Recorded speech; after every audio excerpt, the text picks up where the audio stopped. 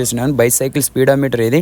ఈ సైకిల్ కాకుండా motor cycle install చేయబోతున్నాను. ఇది మాది 7 స్టార్ ఎల్ఈడి కదా ఫ్రెండ్స్, చాలా మంది విజిట్ చేసినారు కూడా మోడిఫికేషన్. చూడండి ఫ్రెండ్స్, ఇప్పుడు రన్నింగ్ చేసి చూపిస్తాను నేను బండిని నార్మల్గా.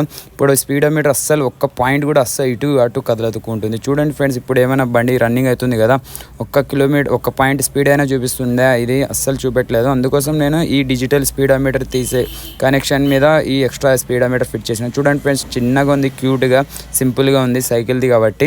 ఇది దీంట్లో మనకి స్పీడోమీటర్ చూపిస్తుంది. ఇంకోటి ఏమంటే కింద ఎన్ని కిలోమీటర్ రన్ అయింది బండి అనేది కూడా చూపిస్తుంది, టైం కూడా చూపిస్తుంది.